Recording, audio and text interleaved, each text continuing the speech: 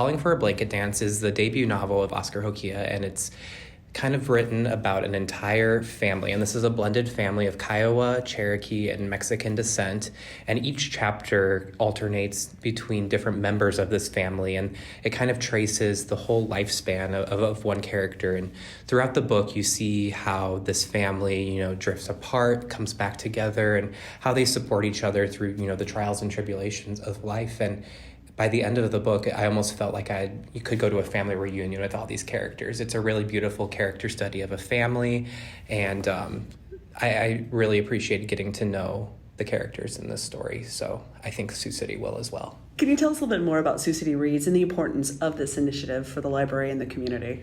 Absolutely. So there's this idea that I learned back in library school, and I like to repeat it because I think it is really helpful for understanding the importance of reading. And it's this idea that books can be both mirrors to readers, so we see our own personal experiences reflected in them, but they can also be windows into the personal experiences of other readers. So I think that is the power we're trying to harness with this community-wide initiative. Like, how can Sioux Cityans see themselves reflected in the story, and how, through reading the story, can they kind of put themselves in someone else's shoes in the community? And I think that's why it's also an icebreaker as well as an educational opportunity, because it kind of gets these people together under this shared experience of reading a book, and it kind of kickstarts that conversation. So that's going to be the inspiration behind the programs, the displays, the things that we're going to have alongside this. And I think there's going to be exciting opportunities for all kinds of readers to get involved, regardless of what kind of events they enjoy or what kind of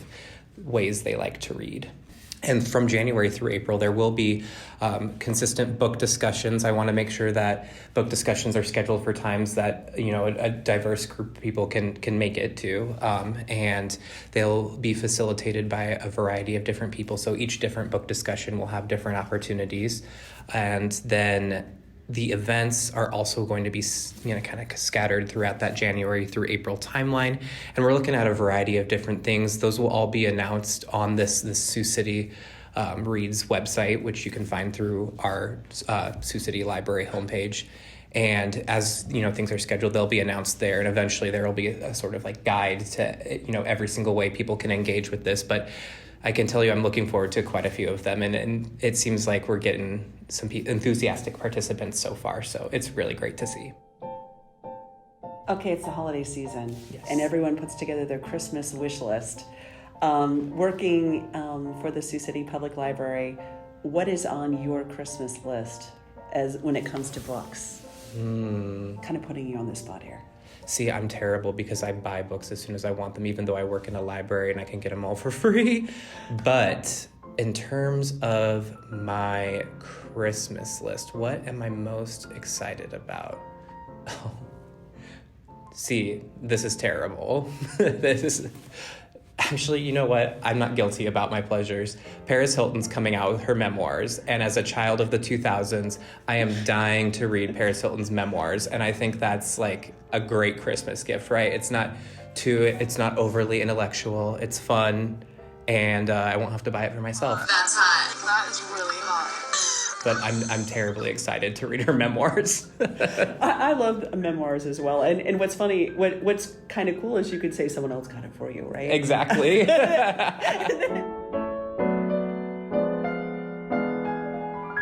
I think Christmas presents or holiday gifts are a great opportunity to explore your guilty pleasures. And also, if someone's listening and they're thinking about ideas for the book lover on their list, do you have any suggestions, maybe a book in different genres for them to choose from? Yes, I certainly do.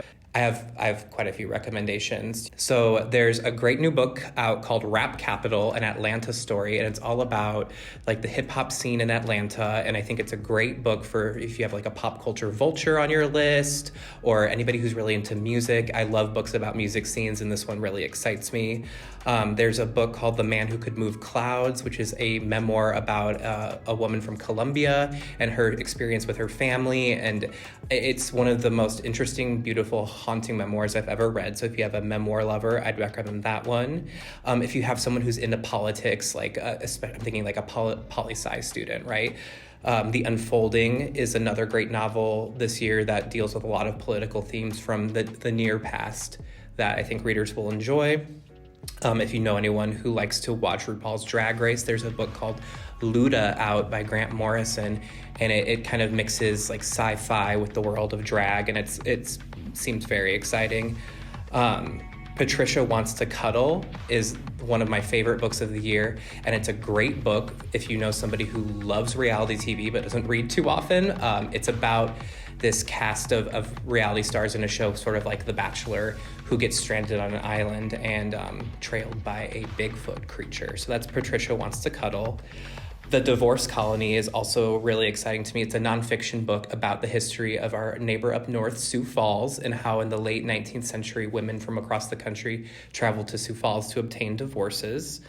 When We Lost Our Heads and that's by Heather O'Neill, is one of my favorite fiction books to come out this year. If you like gothic tales of misbehaving children and just conniving people in general, you'll like When We Lost Our Heads. In Search of Mycotopia was on our summer reading list, and it's all about the world of mushrooms and fungi, and I think it's a great book for like the outdoorsy type. Like, I am not terribly outdoorsy, but after reading that book, I wanted to go hiking, so it's a great one. And then for your history buffs on the list, I'd recommend the new release Indigenous Continent, and it is all about like North America pre-contact with European civilizations and kind of tells the story from the indigenous perspective, and I think it's a really fascinating, worthwhile history book to pick up. All right, well, happy holidays, happy reading. How many books a year do you read? Oh gosh, I usually average about 6 a month, and I'm a librarian, not a mathematician, so let me see what 6 times 12 is. 72? I believe you.